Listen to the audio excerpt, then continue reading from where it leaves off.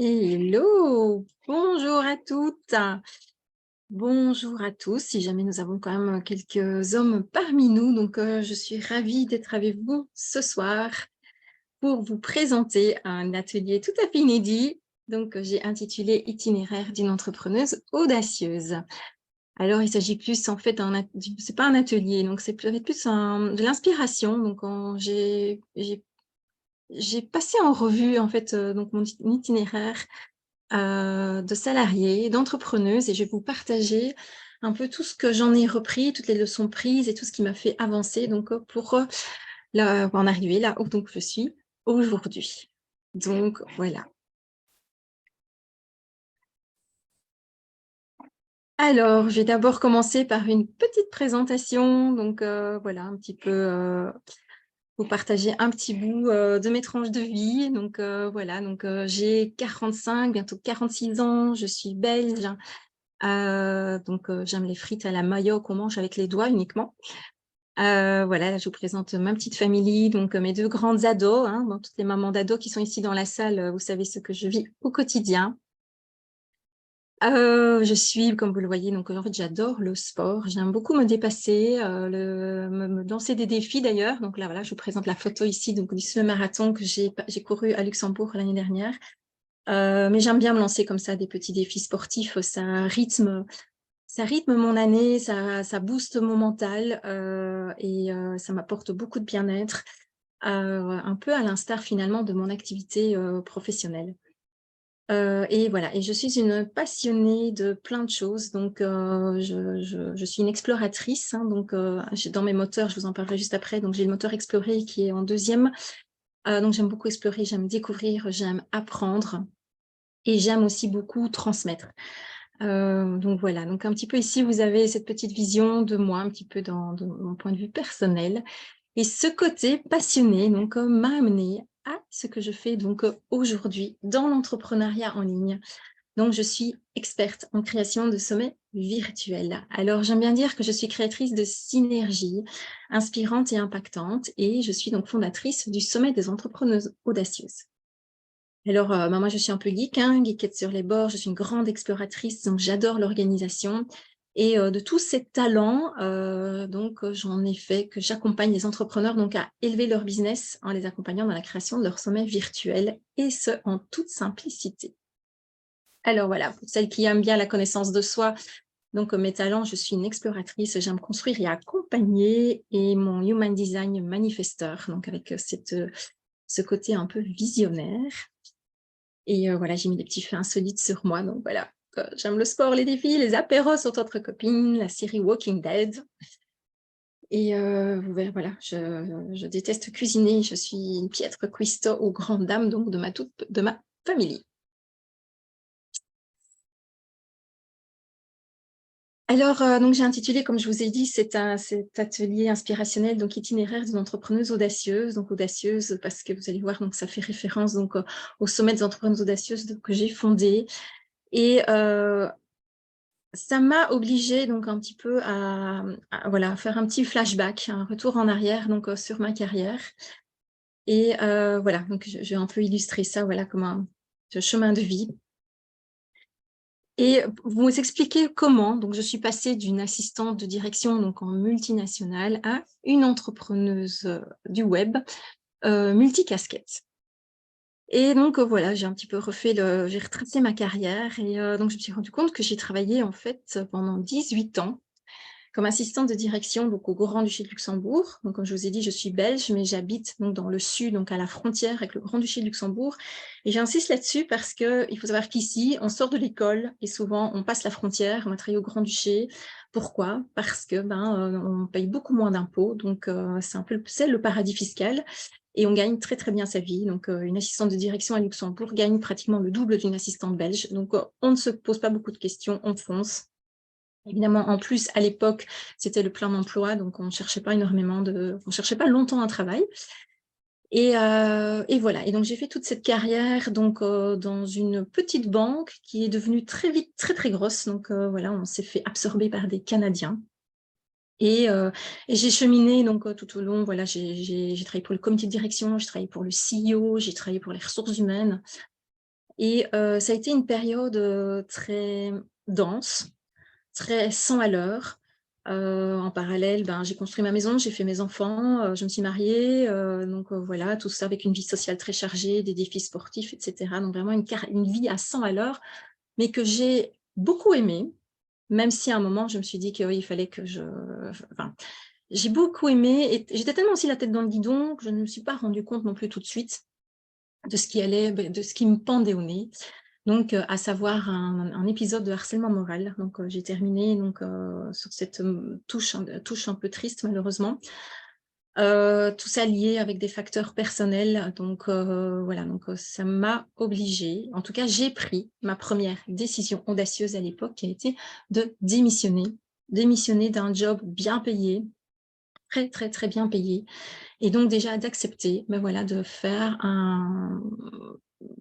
d'un peu de faire le tri entre ce qui était est-ce que tout ce que j'achetais au quotidien, est-ce que ma garde-robe de businesswoman était vraiment nécessaire? Donc voilà, ça m'a permis déjà de faire des choix justes à l'époque.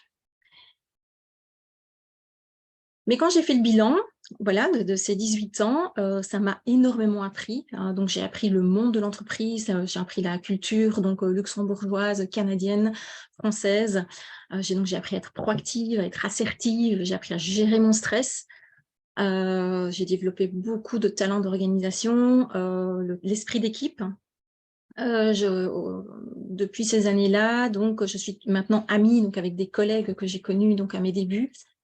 Mais j'ai connu voilà, aussi les revers de la médaille, où j'ai connu des plans, on a dû gérer des plans sociaux avec des licenciements en masse, avec tout ce que vous pouvez imaginer de point de vue émotionnel, donc ce que ça a généré.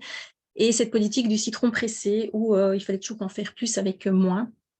Tout ça pour générer beaucoup plus d'argent pour les actionnaires. Mais voilà, tout ça a forgé une partie de ce que je suis maintenant. Suite à cette période d'harcèlement moral, j'ai fait un petit peu en arrière, j'étais trop vite. Je démissionne et je décide de revenir travailler beaucoup plus proche de la maison, en Belgique, dans un hôpital. J'étais à 20 minutes de la maison, au lieu des 1h15, 1h30 de route que je mettais 2 fois par jour avant. Voilà, donc cette période m'a permis de me reposer, de me poser, de repasser du temps avec ma famille que j'avais délaissée pendant toutes ces années. Mais on va dire, il y avait déjà un cheminement entamé avant, mentalement, où je me suis très très vite ennuyée. Une fois un peu la première effervescence de la première année, donc je me suis très très vite ennuyée. Et ça a été cette période où j'ai commencé un petit peu à aller me former un petit peu à l'extérieur.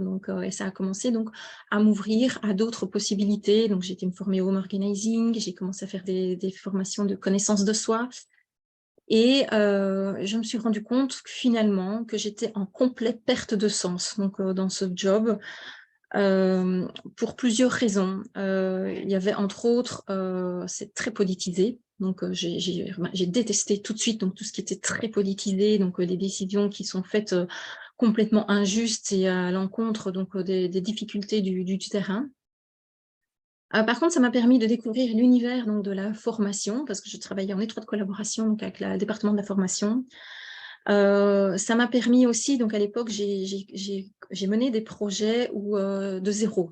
Ça m'a permis là d'activer mon moteur construire et de découvrir le monde des process, de la structuration, de l'automatisation, etc. Donc, comme je vous disais, ça m'a permis de me rapprocher de ma famille. Et alors, j'ai détesté tout ce jeu politique, ces jeux de pouvoir. Et à cause de ça, grâce à ça, j'ai envie de dire plutôt, j'ai commencé ces formations de organizing et de mes moteurs, et de découvrir mes talents naturels, qui sont, mes moteurs naturels sont construire, explorer et accompagner, et de voir pourquoi j'étais justement en perte de sens. Vu que ces moteurs n'étaient plus activés, forcément, je m'emmerdais, j'avais juste envie de ne pas me lever le matin, voilà. Et ça m'a permis aussi de comprendre pourquoi j'étais dans cette perte de sens. Et tout ça m'a amené petit à petit, en 2020 et 2021, où avec ma certification de home organizer, je décide de reprendre un job à temps partiel. Je ne l'ai pas mis là parce que ça a été très fugace, ça a duré 6 semaines, je démissionne une deuxième fois. d'un job de fonctionnaire, où de nouveau, j'étais pas trop mal payée pour la Belgique, donc démission une deuxième fois, pour un temps partiel et me lancer donc dans l'entrepreneuriat à l'époque que je voulais complémentaire. Et vous avez bien noté, le Covid, on a décidé autrement et j'ai été licenciée le premier jour du confinement. La boîte où j'étais avait décidé de se séparer de tous les derniers engagés. Donc voilà, jour du confinement, je reçois ma lettre de licenciement. Et ben voilà, je me suis dit, après avoir pleuré quand même pendant 2 jours, je me suis dit, on ne va pas se laisser démonter. De toute façon, je ne vais pas retrouver de job là maintenant. Et j'ai intégré donc une couveuse d'entreprise. Et là, ça a été une ouverture vers un monde de formation. Donc, je me suis à l'époque, j'ai intégré donc l'académie Zéro Limite de Martin Latulippe, où j'ai appris tout ce qui était possible sur l'entrepreneuriat du web au niveau marketing. Je me suis testée sur la vidéo. J'ai rejoint le mastermind de Marjolaine, où là, ça a été beaucoup plus, donc aussi les stratégies entrepreneuriales, le mindset. Et j'ai commencé toutes les actions en essai-erreur, donc l'outil gratuit, des ateliers. Voilà, donc j'ai un petit peu cheminé, un petit peu comme ça, gauche à droite. Et tout ça m'a forgé donc voilà, dans ce monde de l'entrepreneuriat en ligne. Et jusqu'à ce que voilà, j'applique toutes les belles stratégies marketing qui nous sont enseignées. Donc, je fais un lancement, je décide de lancer ma formation en ligne avec une masterclass, etc. Et le jour où j'ai lancé ma masterclass, le soir même, j'ai tout arrêté. J'ai eu un coup de stress en me disant, mais qu'est-ce que je fais là? Ce job n'est pas pour moi. Les questions que mes potentielles clientes me posaient me stressaient. Enfin, donc voilà, donc j'ai vraiment avorté mon lancement donc en plein vol. Et ça m'a permis de me dire, déjà de me poser des questions. Maintenant, on est en 2021, on était encore en période Covid, il n'y avait toujours pas d'emploi. Loin de moi l'idée en plus de retourner dans le salariat à l'époque parce que je découvrais cette liberté et surtout ce côté d'exprimer ma créativité, d'animer mon moteur explorique via la formation. Et là, je me suis posée et je me suis dit, parce qu'il faut savoir qu'à ce moment-là, donc en 2020, j'ai occulté toute cette partie de mon parcours en disant maintenant je me lance dans l'entrepreneuriat, tout ce que je savais avant, je n'en veux plus, je ne veux plus entendre parler de rien. Et en fait, c'est une grosse erreur parce que j'étais pas que la Sandra entrepreneuse depuis 2020, je suis la Sandra depuis, là je parle depuis 1998, plus la Sandra d'avant. Et j'ai posé sur papier, j'ai fait un brainstorming géant de tout ce que je savais faire, tout ce que je kiffais, mes compétences, mes talents. Et voilà, ça a fait une grande, grande carte comme ça. Et je me suis dit, mais purée, qu'est-ce que tu kiffes finalement? Et en fait, le home organizing n'entrait pas, le home organizing en soi jamais, mais le client que j'avais en face de moi n'était pas du tout mon client idéal. J'étais à l'encontre de mes moteurs, j'étais à l'encontre de ce que je kiffais. Et je me suis dit, mais qu'est-ce que j'aime faire? En fait, j'aime organiser des événements, j'aime le digital, j'aime mettre en connexion des gens et j'aime apprendre. Et du coup, je me suis lancée donc, dans le lancement d'un sommet virtuel, donc en octobre 2021. Donc, j'ai lancé la première édition du sommet des entrepreneuses audacieuses parce que cet événement regroupait tous les kiffs voilà, que j'avais identifiés. Et je me suis dit, go, hein, on va essayer. Hein. C'est pas tout dire que j'aime. On va aller voir si ça fonctionne. Et ça a été une révélation, en tout cas pour moi. Donc, tout doucement, je vois que je m'alignais tout doucement sur ce que j'aimais faire. Doucement, j'alignais ce que je kiffais, mes compétences, mes talents, ma posture, mon évolution du mindset. Donc, ça a été une révélation donc, où j'ai conscientisé que j'avais fait pas mal de cheminement au niveau de développement personnel. Ce kiff de synergie donc, a été en me disant, quand je me reconnecte à l'énergie que je vis pendant le sommet, c'est vraiment cette énergie que j'ai envie de vivre au quotidien. Et ça a été cette eureka de me dire, je vais créer mon business model donc, sur base de ça, parce que là, je kiffe à fond. Par contre, le revers de la médaille, c'est que j'avais un petit peu épuisé tout mon bas de laine, et tout doucement, le manque d'argent commençait tout doucement, cruellement à se faire sentir. J'allais sortir tout doucement de la couveuse d'entreprise. et ne plus avoir donc un revenu de chômage qui m'assurait donc le minimum jusque-là. Et ben voilà, donc cette sécurité financière, ou cette insécurité financière plutôt, donc m'a amenée à refaire un choix le 3, j'ai mis 3 février, mais c'est le 3 janvier 2022 où je décide donc de retourner dans le salariat. Mais pas en prenant n'importe quel job. Je me suis dit, là maintenant, j'ai suffisamment cheminé et j'ai appris à me connaître, je vais prendre un job que je kiffe.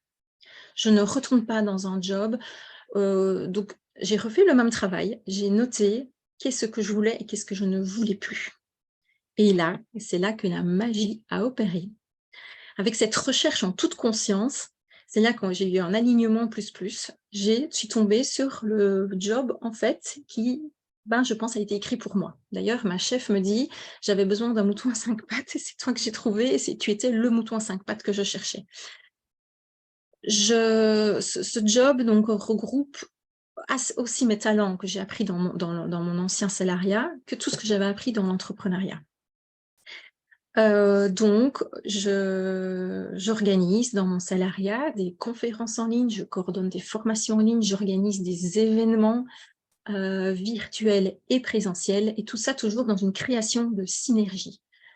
Je vous promets, c'est un truc de dingue, quoi. Donc, je suis assez libre, je suis même très libre, je peux laisser libre cours à ma créativité. J'ai un budget formation comme j'ai jamais eu avant, donc là mon côté exploré est vraiment activé. Et donc je décide voilà, de relancer donc cette vie 50% salariée, 50% entrepreneuse en ligne. Voilà, ça a l'air chouette quand je vous dis ça, mais j'ai dû vivre avec le sentiment de l'échec en me disant mais je retourne dans le salariat, même partiellement. Pour moi c'est un échec que j'ai dû digérer, que j'ai dû apprendre à me dire que non, ce n'est pas un échec. Donc, il y a eu un gros travail que j'ai dû faire, et j'ai dû faire aussi un travail sur le fait que je faisais un clivage où j'étais salariée ou entrepreneuse, mais je n'étais pas les deux. Et ça m'a donné pas mal de freins dans les deux. Fin de l'année dernière, au moment de mon bilan personnel au niveau entrepreneuriat, je sentais bien qu'il y avait des choses qui ne collaient pas encore très bien, où je me sentais toujours un petit peu enfermée. Et quand j'ai fait ce bilan, lorsque j'ai fait mon évaluation donc, avec ma responsable, elle m'a dit exactement les mêmes mots. Sandra, tu ne libères pas ton plein potentiel. Sandra, tu es capable de mieux. On dirait que tu t'enfermes, que tu te brides. Vraiment, c'est le mot brider qui est revenu dans les deux cas. Et là, il y a eu un peu cette révélation de me dire, mais en fait, pourquoi est-ce que je fais un clivage? Je suis juste Sandra qui, oui, parfois, j'ai mes jours salariés et mes jours entrepreneuse, mais je suis Sandra, cette créatrice de synergie, en fait, parce que finalement, je fais ça dans mes deux jobs. Et là, ça a été un peu le waouh, ce déclic que je vis, en fait, depuis le début de l'année, surtout après que j'ai recréé donc, la 2e édition du Sommet des entrepreneuses audacieuses, qui a été un réel grand succès et qui m'a confirmé donc, dans l'idée que plus j'assumais cette posture, et plus donc, j'étais alignée donc, dans ce que je faisais.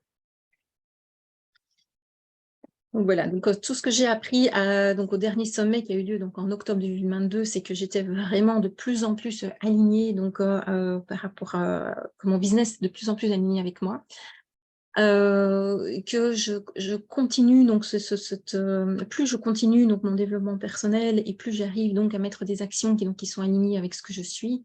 Ça m'a permis d'affiner mon intuition. Ça m'a permis aussi donc de changer cette relation que j'ai avec l'argent qui était très compliquée jusqu'à maintenant. Ça m'a confirmé que c'est le business model donc que j'ai envie en tout cas de créer encore pour les prochaines années. Et je confirme que voilà, donc, ce sommet a été un vrai auto-coaching voilà, qui m'a permis voilà, de créer donc, ce que je fais donc, cette année en 2023. Donc voilà, pour résumer ici, donc un petit peu par rapport à ce parcours que j'ai eu, voilà ce que j'apprends. Je dirais quelles sont mes actions audacieuses là que j'incarne là depuis 2023. C'est déjà de me dire, je suis, donc en plus, 1er janvier 2023, ma chef m'a proposé de passer à 60%. Donc je travaille 3 jours par semaine en tant que salariée le reste du temps, alors j'ai pas envie de dire que c'est 2 jours par semaine, parce que finalement, dans l'entrepreneuriat, on organise son temps aussi comme on l'a envie, comment on le sent par rapport à ses contraintes. C'était un peu moins facile dans le salariat, quoique je suis vraiment très, très libre au niveau de mes horaires, mais c'est de me dire, je suis une seule et même personne. Je suis ni salariée, ni entrepreneuse, je suis Sandra. Sandra qui organise des conférences, des sommets, qui est vraiment cette créatrice de synergie. Ce que j'apprends d'un côté me sert dans l'autre, ce que j'apprends dans mon entrepreneuriat me sert dans le salariat. Et d'ailleurs, il y a des conférencières donc, qui viennent au sommet que j'invite à la Chambre de commerce. Il y a des personnes que je connais via le réseau de la Chambre de commerce qui viennent donc comme conférencières dans mes sommets virtuels. Donc là, il y a vraiment, plus je m'autorise à assumer cette posture et plus la magie opère. Dans la deuxième action audacieuse que j'ai décidé donc, de pratiquer donc, en 2023, c'est de ne plus avoir une organisation et une vision trimestrielle, semestrielle, mais plutôt annuelle. C'est vrai que les règles de l'organisation disent qu'il faut s'organiser à la semaine, qu'il faut incarner ces différentes casquettes d'entrepreneuse, donc opérationnelle, CEO, etc., sur sa semaine, d'accorder autant de pourcentage. Donc, et comment voulez-vous que je fasse, moi, avec mes 3 jours de salariat qui bloquent déjà un petit peu donc, ma semaine, de me dire, bah, sur les 2 jours qui restent, parce que j'ai décidé de ne pas travailler le week-end, donc finalement, moi, je me dis que j'ai 2 jours pour travailler dans mon entrepreneuriat en ligne. Pourcentage CEO, opérationnel, création de contenu sur 2 jours, c'est impossible que j'assume toutes ces casquettes. Donc maintenant, je vois une vision annuelle. Donc, je travaille vraiment en période. Donc, j'ai ma période de création de contenu, donc quand j'organise donc un sommet. Après le sommet, là, j'ai une posture là, de CEO, j'analyse, je vois comment je peux ajuster, je crée mes offres. Je profite du sommet pour créer mes offres. Et si c'est qu'une fois par an, mais c'est qu'une fois par an. D'ailleurs, c'est très, très sensiblement vers ça que je vais aller, donc de faire un lancement une fois par an. De me dire que l'été, je ne travaille pas avec ma casquette d'entrepreneuse. Je n'ai que ma casquette de salarié et je prends mes congés et je profite beaucoup plus donc, du temps avec ma famille, de faire donc, beaucoup plus ce que j'ai envie et ne pas me sentir obligée donc, encore de produire du contenu, de produire des offres ou de faire des lancements durant l'été.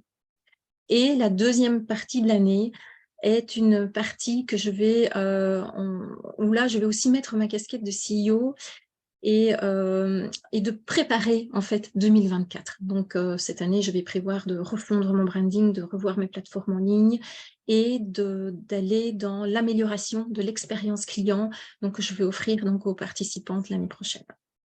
Donc voilà, donc moi maintenant, c'est plutôt cette vision annuelle. Et finalement, au bout du compte, ben, j'assume toutes mes casquettes, on va dire, je fais tout ce qu'il y a à faire, mais sur un an, et plutôt que sur une semaine, un trimestre ou un semestre. Les actions audacieuses que j'ai tentées donc l'année dernière et qui fonctionnent du feu de Dieu, c'est des délégations en mode troc.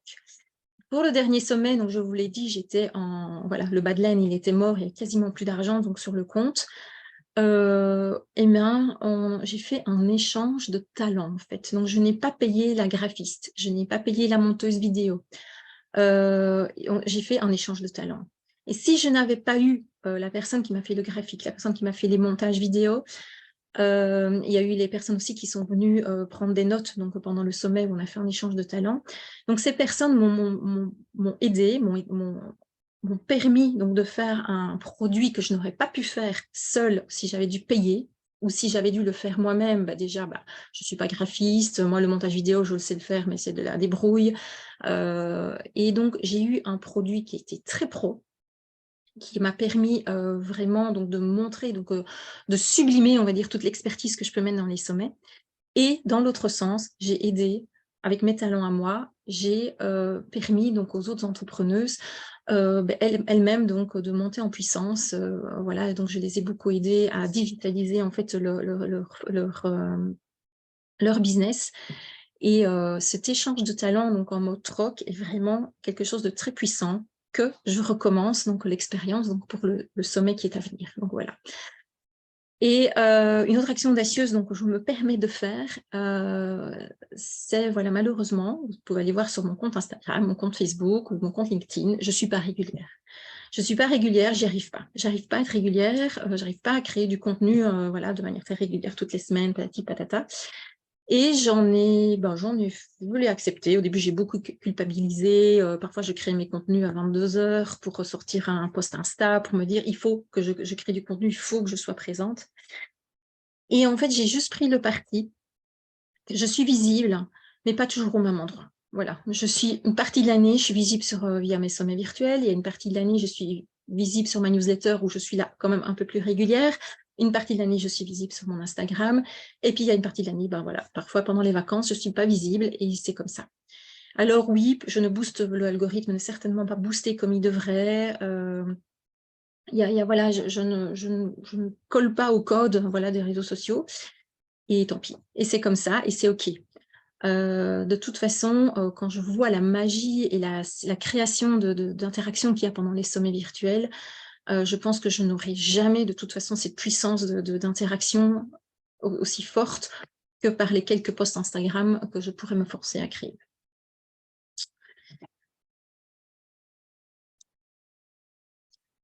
Et voilà, donc ici j'avais envie de faire un petit retour donc, sur cette grande action audacieuse que j'ai faite donc, en octobre 2020. Donc, ce premier sommet qui a été le test de voir si j'étais vraiment alignée avec un futur business model. Et voilà, donc ce sommet, donc j'ai fait, c'était un grand sommet, hein, donc il a duré, il y a 7 jours, en fait, il a duré 8 jours. Et donc tout ça est parti de zéro, puisque, souvenez-vous, je passais de home organizer à création d'événements virtuels, et encore, je ne savais pas encore comment m'appeler à l'époque. Donc, de toute façon, ma communauté, oui, une partie de ma communauté m'a suivie parce qu'elles étaient elles-mêmes entrepreneuses, mais toutes les filles qui s'étaient inscrites à ma masterclass et tout ça, et qui n'étaient pas du tout entrepreneuses, n'étaient pas mon public. Donc, on peut dire que je repartais quasi de zéro. Et, vous le voyez là, donc j'ai fait 650 inscriptions. Donc, j'ai rempli ma base de données de 650 personnes en une semaine. J'ai fait mes 19 premières ventes donc, de coffrets. Et donc, j'ai généré un chiffre d'affaires voilà, de 2027 €.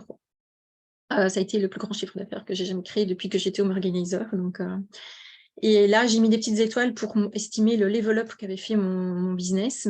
J'ai mis 5 étoiles, mais je pourrais en mettre 20 parce que c'est un bond de géant que j'ai fait donc, avec l'organisation de cet événement. Et en plus, cet événement a été aussi quelque chose que j'ai fait en mode...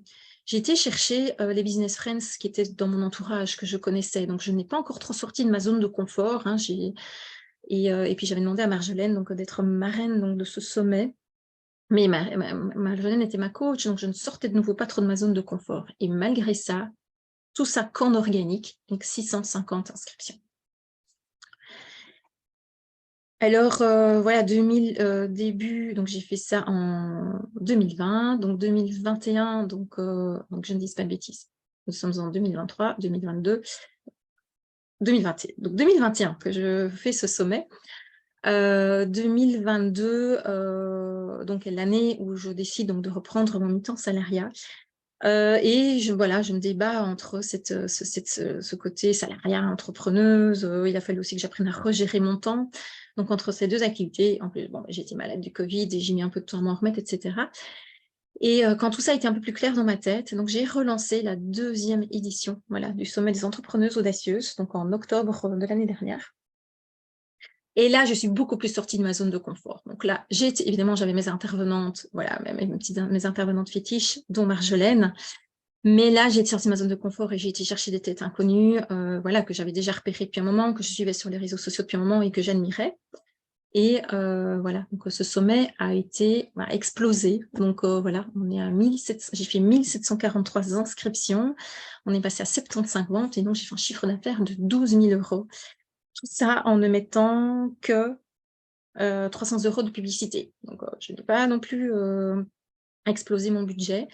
Et aussi, avec cet échange de talents, donc la graphiste qui m'a fait donc, cet univers graphique, j'ai vu la monteuse vidéo, donc qui m'a fait toutes les vidéos de promotion, donc les facilitatrices visuelles qui m'ont fait toutes les planches donc, de sketchnoting. Donc, tout ça, ça a été vraiment... Tout ça, je n'ai pas payé. en échange, j'ai fait un échange de talent, mais je n'ai pas donné d'argent. J'ai eu un sponsor, donc My Agenda 365 pour celles qui connaissent, qui a gentiment vraiment m'a offert donc, des agendas, donc on a pu faire des concours. Donc voilà, donc ça a été vraiment la confirmation que j'étais donc sur le bon business model, parce que je kiffe autant bien l'organisation que être en période de live pendant le sommet ou la période après. Donc voilà, et ça, donc c'était ma deuxième action audacieuse, parce que là, vraiment, ça a été la grosse sortie de zone de confort et ça a été vraiment magique.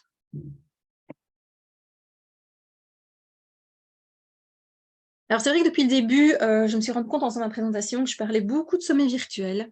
Et je me suis dit que parmi vous, il y en a peut-être qui ne savent pas non plus trop ce que c'est, ou qui ont peut-être entendu un peu parler, ou qui savent ce que c'est, mais ne connaissent peut-être pas le concept en détail. Donc, le sommet virtuel est ce que j'appelle une arme de visibilité massive, un accélérateur de business. Donc, c'est un outil de marketing qui consiste donc à créer un cycle à organiser, parce qu'on ne l'écrit pas, à les coordonner et à les organiser.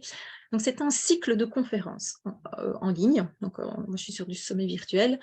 Donc, c'est donc de rassembler des conférenciers autour donc de sa thématique à soi. On ne peut pas oublier que nous sommes dans business, on doit vendre, et donc nous avons un client idéal et on défend une thématique. Donc, autour de sa thématique, on rassemble donc des participants qui ont des expertises complémentaires à la nôtre, qui ont des communautés similaires, et voilà, on les invite. Est-ce que vous voulez venir animer une conférence donc à cet événement?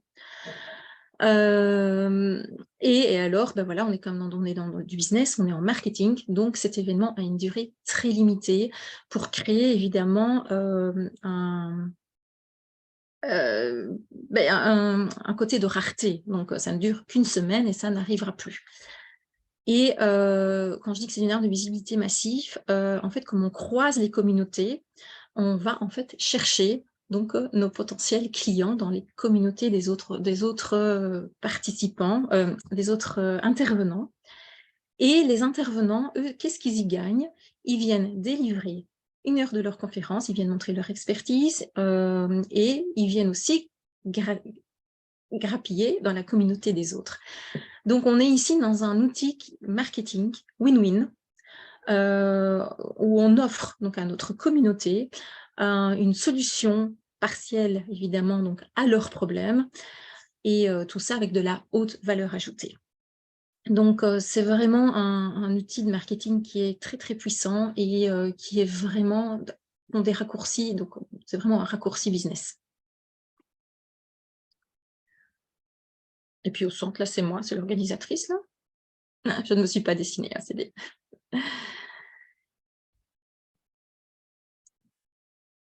Là, donc, je vous ai un peu résumé ce qu'apporte donc un sommet virtuel et pour vous montrer que ça paraît être une action, évidemment, c'est une action audacieuse de faire un sommet virtuel. Tout le monde ne le fait pas. Je vais vous expliquer pourquoi après. Mais moi, c'est ce qui m'a permis, là, sur 1 an, de vraiment faire un boost à mon business. Et en plus donc, d'accroître sa visibilité donc, de manière exponentielle, ça permet d'asseoir son expertise.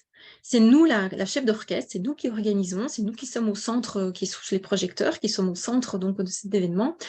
Et on doit se montrer d'une manière ou d'une autre, que ce soit en vidéo ou en audio, enfin, il y a différentes façons de le faire, mais ce n'est pas l'objet d'aujourd'hui. C'est vraiment un excellent moyen, donc vraiment, d'aller montrer à son audience son expertise. Et vraiment d'aller aussi asseoir sa notoriété. Parce qu'on va aller montrer son expertise, ça va avoir du succès, on va croiser les communautés, on va collaborer donc, avec d'autres personnes, donc il y a vraiment une notoriété qui s'installe. Tout business qui crée un sommet virtuel, il y a un petit plus. Il y a vraiment un plus, il y a vraiment une griffe, une marque qui vient donc se mettre donc, sur le CV donc, de l'entrepreneur. Ça permet donc de générer des collaborations. Moi, depuis toutes les collaborations que je crée donc, en échange de talents ou aussi pour payer, donc, avec un service payant, tout s'est fait donc, suite au sommet virtuel. je réfléchis pour vous dire les choses dans l'ordre. C'est un excellent moyen. Pour moi, la création de contenu est vraiment quelque chose de compliqué. Donc, je vous l'ai dit, créer un sommet virtuel, ben, ça vous crée du contenu pour l'année à venir, quoi. Donc, on le crée une bonne fois. Après, on peut réutiliser à l'infini. Toute cette semaine de conférence, on peut la réutiliser à l'infini. Donc, pour ces contenus, on peut transformer les vidéos en podcast. On peut en faire des articles de blog. On peut faire des montages vidéo et aller chercher des extraits donc, sur les parties impactantes. Donc, moi, avec ma monteuse vidéo, on a créé donc la chronique des audacieuses et qui va vraiment rechercher tous des morceaux de chaque vidéo. Alors, soit on prend une vidéo, on en fait des extraits ou on fait des interactions entre chaque vidéo et on peut faire vraiment ça à l'infini. Sur une conférence, on peut en retirer, je ne sais pas, autant de carousels qu'on peut faire pour Instagram. Enfin, c'est vraiment un vivier de contenu qui est vraiment... enfin, j'ai mis quasi illimité, quoi. Et donc, en plus, si on fait ça chaque année, ben, ça renouvelle le contenu et ça permet de faire des outils gratuits. Enfin, voilà, c'est vraiment infini tout ce qu'on peut faire. Mais ça permet de générer des revenus immédiats. Vous l'avez vu, donc le dernier sommet, moi, j'ai généré 12 000 € en vendant donc les coffrets. Alors, les coffrets, ce sont des packs virtuels qui reprennent les enregistrements de chaque conférence. Moi, j'ai le business model où je demande aux intervenantes d'offrir un de leurs produits. Et donc, je vends ce pack, donc les enregistrements avec les bonus des intervenantes, pour un prix de 175 €. Donc, on a vraiment un pack de formation de qualité pour un petit prix. Et voilà. Et donc, nous, ça nous permet donc de générer ce revenu immédiat. Donc, ça permet déjà de rentrer dans ses frais et puis voilà, de générer tout simplement du revenu. Beaucoup de mes clientes me disent j'ai des choses à dire, j'ai envie de transmettre des nouvelles méthodologies, de transmettre ce que j'ai appris. Mais quand je fais des masterclass, j'ai 10 personnes et je suis un peu frustrée. Et encore, parfois, quand on a 10 personnes, c'est bien. Là, moi, j'ai fait 1700 inscriptions, donc c'est une possibilité de transmettre son message à 1800 personnes. Voilà. C'est beaucoup plus impactant et c'est beaucoup plus aussi valorisant. Parce que quand on est en live, donc pendant les sommets, donc on interagit donc avec la communauté en direct et on voit que on ne parle pas dans le vide en fait. Donc là, c'est super boostant et valorisant. Un sommet est comme je dis, un outil de marketing où vous réchauffez votre communauté et forcément après, vous pouvez, c'est pas obligé, mais vous pouvez lancer une offre. Vous pouvez lancer un nouveau média. Donc, moi, je vais lancer, après le prochain sommet, je vais lancer mon offre et je vais lancer mon podcast. Donc, je vais en profiter. Et donc, vraiment, c'est un excellent tremplin, donc aussi pour se repositionner. Donc, moi, quand je suis passée de home organizer à créatrice de sommet virtuel, le fait de créer mon sommet a permis de me repositionner en disant « je ne fais plus de home organizing, maintenant je crée des conférences en ligne ».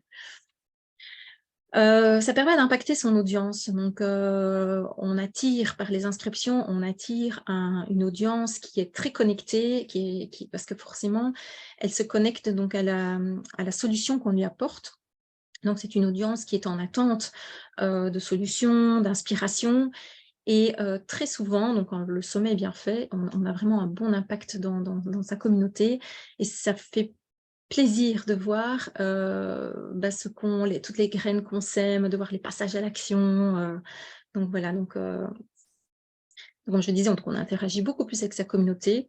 C'est beaucoup plus facile d'interagir pendant un sommet que dans un groupe Facebook. Donc voilà. Ça permet d'exprimer toute sa créativité. Il existe autant de sommets différents qu'il existe d'entrepreneuses. Et comme je vous disais, c'est un outil de développement personnel en soi, parce qu'à partir du moment où on décide d'organiser un sommet, on va être soumis forcément à pas mal de défis, je n'ai pas envie de dire difficultés, mais des défis techniques, des défis d'organisation, des personnes qui refusent notre invitation, des personnes qui acceptent et puis qui refusent. Mais en fait, dans la vie d'entrepreneur, ou même dans la vie de tous les jours, c'est des choses qu'on expérimente et forcément, on développe des systèmes, on met des systèmes D en place de toute façon, mais il y a vraiment un auto-coaching qui se fait où si on veut aller au bout de notre projet, on n'a pas le choix que de passer au-delà donc de tous ces blocages ou des mises en lumière de zones d'ombre, etc. Et alors, il y a plein de choses magiques, imprévisibles qui se passent pendant un sommet. Donc voilà, ça c'est vraiment c'est tous les gentils messages qu'on reçoit. Moi, j'ai reçu des témoignages en vocal. Il y a des personnes qui, après, me répondent à ma newsletter. Avant, je n'avais jamais personne qui répondait à ma newsletter. Là, j'ai des personnes qui m'envoient des petits mots, enfin, voilà, il y a vraiment quelque chose de...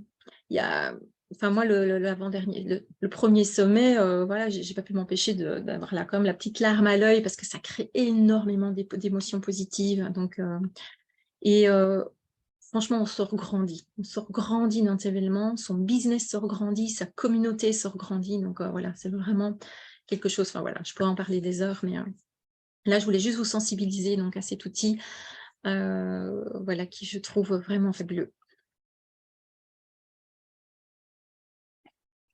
Et là, je viens de perdre mon écran. Alors.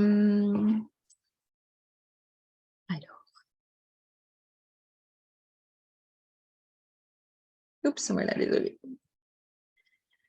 Alors, vous allez me dire, enfin, je sais que certains d'entre vous vont dire, wow, en fait, ça ne m'intéresse pas, et c'est OK. Il y en a qui disent, ouais, ça m'intéresse, mais un sommet, c'est pas pour moi.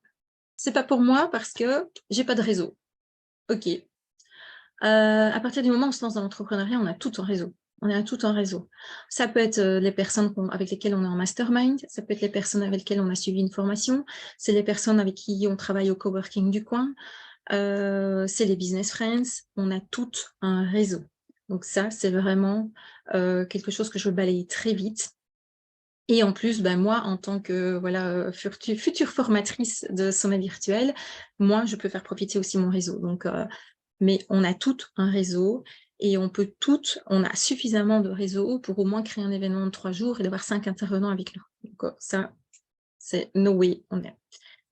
Il y en a qui vont dire, je suis nulle en technique. Alors, oui, on peut être nul en technique, ça c'est vrai. Tout le monde n'est pas à l'aise avec la technique, j'aurais envie de dire, parce que je suis nulle, c'est un peu je trouve, dur avec soi-même. Il existe des solutions très, très, très simples de diffusion dans les sommets virtuels. D'ailleurs, là, ce qu'on fait là maintenant de diffuser avec Zoom est une solution de diffusion pendant les sommets, et on diffuse dans un groupe Facebook, et c'est suffisant. On peut vraiment partir de là pour créer un sommet virtuel. Il y en a qui me disent, ouais, mais je pars de zéro, j'ai pas de communauté, qui suis-je pour faire un sommet virtuel? J'ai envie de dire, mais justement, on part de zéro, mais c'est un raccourci, quoi. Ça va être un boost. Vous l'avez vu, moi, j'ai fait 0 à 650 inscrits. Surtout, il faut y aller, parce que même si le positionnement est encore un petit peu à définir, à éclaircir ou quoi, on a notre expertise à partager, on a plein de belles choses à partager. Donc oui, il faut y aller, même en partant de zéro. Il y en a qui vont me dire, ouais, je ne suis pas organisée. Alors oui, tout le monde n'est pas organisé, mais ça s'apprend. L'organisation, ça s'apprend. Donc, de toute façon, c'est ce que j'enseignerai dans ma future formation. Et en plus, je suis sûre que non, c'est pas que je suis sûre, dans vos activités d'entrepreneuse maintenant, ou même dans vos activités de personnel, je suis sûre que vous menez plusieurs projets en même temps. Donc, pourquoi pas mener le projet d'organisation d'un sommet en parallèle de ces autres activités. Donc voilà, je sais. Et voilà, donc moi j'avais envie aussi de vous dire, voilà, mes projets audacieux, j'aurais dû dire mes projets audacieux en fait pour 2023. Alors, je vous l'ai dit, voilà, moi sur les réseaux sociaux, je suis pas très bonne, je suis pas très régulière, etc. Mais je connais quand même le marketing qu'il y a à avoir derrière, hein, parce que ça n'a pas l'air comme ça, mais j'applique quand même beaucoup de règles marketing. De toute façon, il en faut. Et jusque maintenant, je n'ai pas de contenu natif. Donc, tout entrepreneur qui se respecte doit idéalement donc avoir un contenu natif. Alors, un contenu natif, c'est le blog, c'est une vidéo, c'est un podcast. Donc, c'est un contenu qui dure dans la longueur. Et là, donc, j'ai appris, donc en mieux me connaissant, que j'étais très à l'aise à parler. Je parlais en live comme on fait maintenant, je suis à l'aise. Par contre, parler devant une caméra fixe où je sais qu'il faut y avoir un montage derrière, moi, ça me bloque. Donc, la vidéo, c'est sûrement pas pour moi. Donc, YouTube, c'est pas pour moi. Le blog, j'aime écrire, mais je trouve que ça me prend beaucoup trop de temps d'écrire. Et de nouveau, je n'ai pas une semaine complète devant moi. Je n'ai que 2 jours par semaine. Donc, pour ça, donc, le blog, malheureusement, pour manque de temps, ce n'est pas ma solution. Donc, le podcast, c'est avéré. Comme je ne suis pas filmée, c'est quelque chose qui ne me bloque pas. Et en plus, ce sont des formats qui sont assez courts. Et le sommet virtuel étant quand même un concept qu'il faut expliquer parce qu'il est méconnu. Je me suis dit que plutôt que d'écrire ou de faire des posts sur Instagram, passer via le média du podcast, en tout cas, est une solution qui me convient, en tout cas qui me botte énormément. Donc là, je travaille donc justement au lancement du podcast pour avril 2023. Et alors, mon deuxième projet bébé de l'année, donc ça va être de sortir cette formation que j'ai dans la tête depuis tellement longtemps et que j'hésitais, je procrastinais. Donc et là, j'ai décidé, c'est bon, maintenant, je me sens prête pour le faire.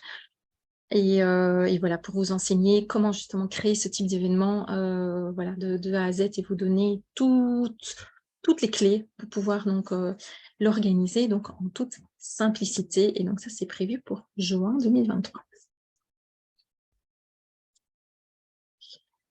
Voilà, j'avais envie de terminer avec ce slide où j'ai repassé, quand j'ai passé en revue tout mon parcours, je me suis dit quelles ont été, moi, mes actions audacieuses, on va dire, enfin, je vous ai déjà parlé, mais ce que j'en retire, donc les leçons que je retire, et voilà, ma propre définition de l'audace, qui sont, voilà, les points suivants.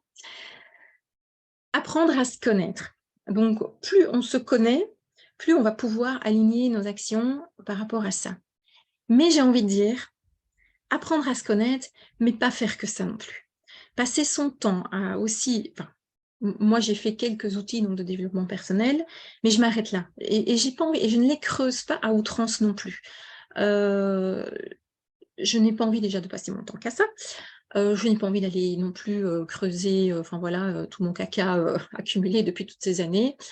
Parce que aussi, si on ne fait que ça, on reste dans l'inaction aussi. Donc voilà, c'est de trouver la juste balance entre apprendre à se connaître, pas aller trop loin, et aussi par le moment faire des pauses entre les formations de connaissance de soi et entre passer à l'action. Ma deuxième définition, c'est de vraiment suivre son intuition. Je me suis rendu compte que plein de fois, après coup, je me suis dit, merde, je le savais. Je savais que j'aurais dû faire ça, ou je savais que j'aurais pas dû faire ça. Et je m'oblige maintenant à vraiment être beaucoup plus à l'écoute de cette intuition. Alors, ce n'est pas parfait, je n'arrive pas toujours à l'écouter. Hein, parfois, il y a plutôt l'ego qui vient un petit peu se bagarrer avec.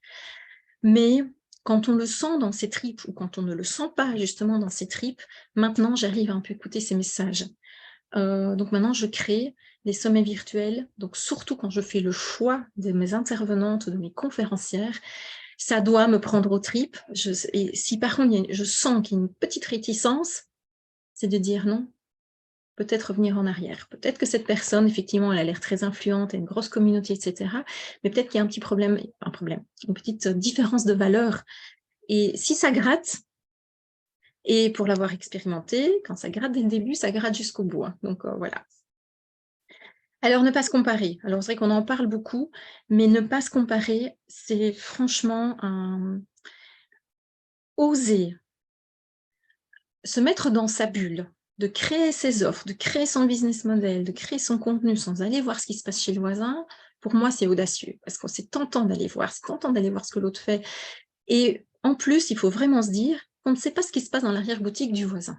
Franchement, on n'est peut-être pas au même niveau d'expérience. Moi, je me suis rendu compte que parfois, j'admirais des entrepreneuses, des entrepreneurs qui avaient 10 ans de carrière derrière elles. Ça faisait 10 ans qu'elles étaient entrepreneuses en ligne. Comment je peux me comparer, moi, après un an?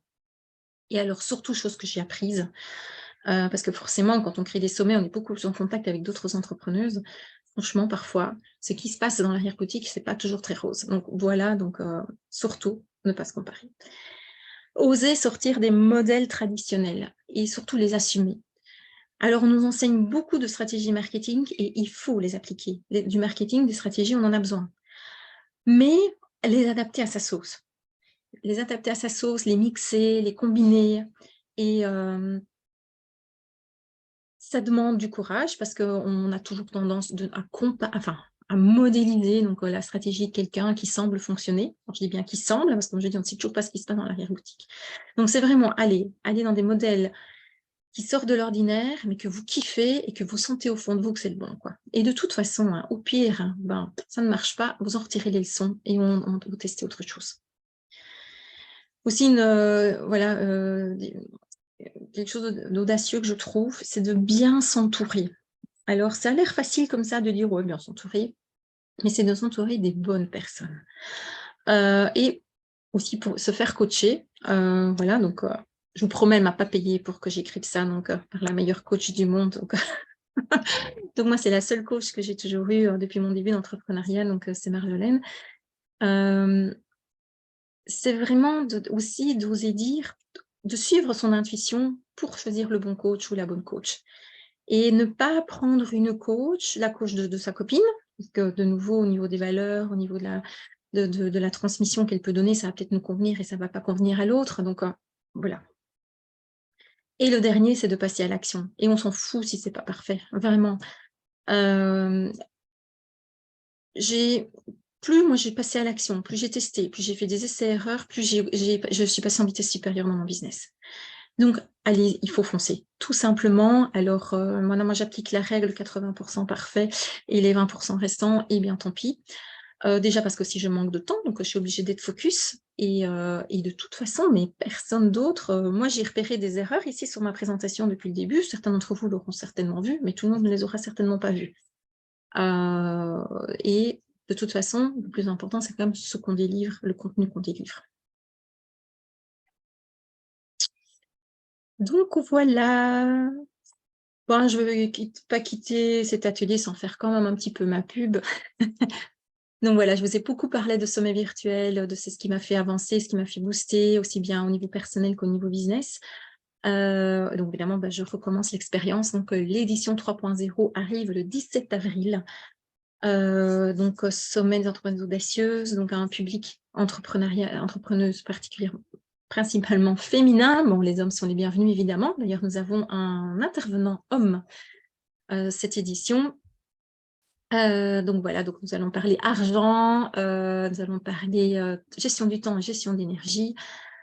Et voilà, et donc Marjolaine, voilà, vous êtes là en avant-première, je vous dévoile la conférence, le terme de la conférence de Marjolaine qui sera l'argent ou l'art des gens. Donc voilà, donc Marjolaine, elle animera donc sa conférence donc le jeudi après-midi et elle reviendra une deuxième fois où elle nous fera une session de coaching en live donc le vendredi. Donc ce sera la dernière intervention du sommet. Donc voilà, donc si le cœur vous en dit de me rejoindre, de nous rejoindre, vous pouvez scanner le QR code qui est là. Donc voilà, voilà. Et voilà, c'est bon, je n'avais plus rien. Donc, je regardais un petit peu les réactions. Ici, il y a des questions. Et Christine me dit qu'elle est déjà inscrite. Donc, trop bien. Voilà, n'hésitez pas. Si vous avez des questions, vous pouvez me les poser ici dans le chat.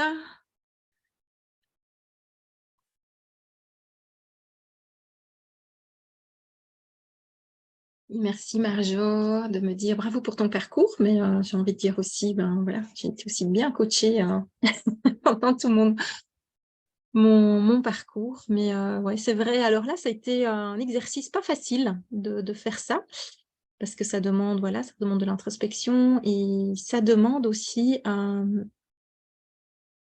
comment dire, c'est pas évident pour moi de me mettre en avant et même d'écrire le titre « Itinéraire d'une entrepreneuse audacieuse » a été de me dire « mais qui je suis pour dire ça ?» Et en fait, ça a été un excellent exercice voilà, aussi d'affirmer en toute justesse, donc sans me la péter et sans être non plus trop humble, mais d'affirmer en toute justesse voilà, ce que j'ai fait, ce que je suis devenue. Et, merci. Très belle et bonne présentation, quelle belle évolution. Ben voilà. Mais on a tous des belles évolutions, hein. Donc voilà, moi j'avais envie de partager la mienne, parce qu'évidemment, oui, c'est vrai que c'était un peu plus, ça a été chaotique à certains moments, et, et voilà, donc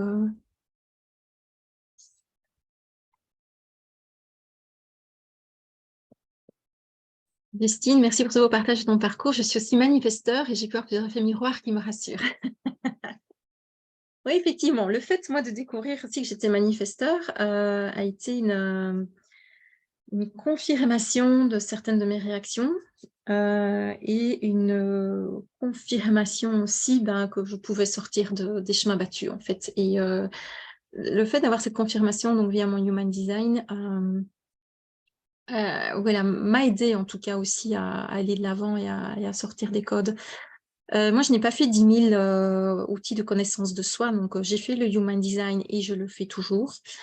Donc, je travaille beaucoup donc, avec Katia Johnson, qui sera d'ailleurs pour la formation en live que je vais faire en juin. Donc, je me fais entourer de 3 expertes. Et il y aura entre autres Katia, donc, qui va venir parler d'organisation donc en fonction de son Human Design. Il y aura l'expert pour l'univers graphique et l'expert pour la stratégie de lancement. Mais moi, c'est un outil évidemment qui m'apporte beaucoup. Et voilà, le choix du podcast vient aussi par rapport à mon Human Design. Le choix du sommet virtuel a été confirmé par mon Human Design. Le fait de m'organiser sur une vision annuelle est confirmé aussi par mon Human Design. Donc, finalement, même si on l'a au fond de nous, qu'on se dit, bah, tiens, on ferait bien les choses, ça, c'est pas habituel, tout le monde ne fait pas comme ça. Et puis, en fait, quand même, d'avoir cette confirmation, ben, voilà, ça permet de sauter le pas. Le deuxième outil de connaissance de soi que j'ai fait, moi, c'est les talents naturels, hein, donc, qui sont au départ, donc c'est la méthode du 6e. Et ça, c'est un outil qui me suit tout le temps donc, dans toutes mes décisions. Et moi, comme je dis, je n'en ai pas fait 10 000, moi, des outils de connaissance de soi. J'avais fait il y a longtemps l'anéagramme, mais je me suis dit que je devrais peut-être aller voir un petit peu ce qu'il y a dedans, mais c'est pas ce qui me... Voilà, j'avais aussi suivi la formation sur les familles d'âme. Voilà, mais que je n'utilise pas au quotidien. Donc après, il y a évidemment toutes les développements personnels, il y a tout ce qui est au niveau de la relation à l'argent, que j'ai beaucoup fait avec Marjolaine, parce que c'était quelque chose qu'il fallait travailler, et le leadership aussi, hein, donc d'affirmer, de développer donc son leadership, donc ça c'est quelque chose que je fais aussi avec Marjo. Donc voilà, et via les formations de Marjo, bah voilà, ça c'est quelque chose aussi qui m'ont énormément aidé au niveau de mon mindset. Et d'ailleurs, en parlant des formations de Marjo, et après je terminerai là-dessus, donc à la suite de ce sommet, donc je vends ce pack, hein, comme je vous ai expliqué, le coffret qui reprend tous les enregistrements de toutes les conférences. Et cette fois-ci, il y a 11 bonus qui sont offerts par les intervenantes, donc principalement des formations en ligne. Et Marjolaine donc offre tout son bundle, donc un sourire à la fois, donc qui reprend l'entièreté de toutes ces formations en ligne. Donc voilà, donc, pour un tout petit prix, vous avez le bundle de Marjolaine, il vaut 10 fois le prix du coffret, et il y a encore tout le reste avec. Donc voilà, rien que pour ça, ça en vaut la peine. Et je remercie Marjolaine à chaque fois d'être toujours très généreuse donc, par rapport au sommet. Sophie me dit merci pour ce partage. On sent que tu es dans ton élément et que le sommet t'anime vraiment. Oui, c'est vrai. Je pense que là, j'ai trouvé vraiment j'ai trouvé ma voie.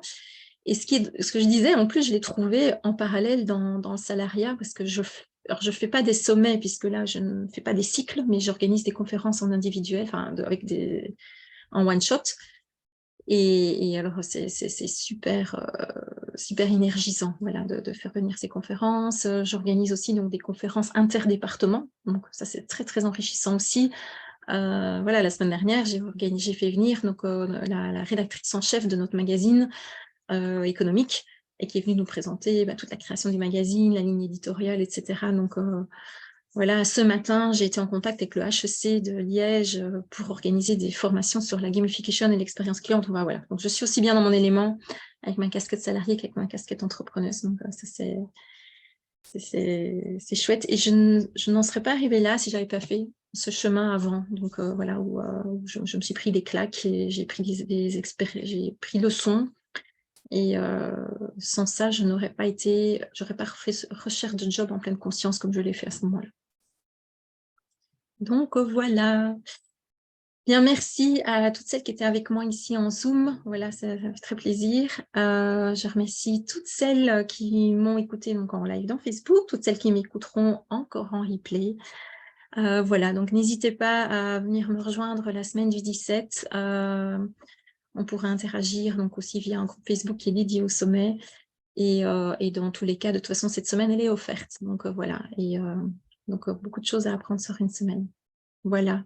Donc, merci. Et voilà. Et pour le mot de la fin, soyez audacieuse. Voilà. À bientôt. Bye bye.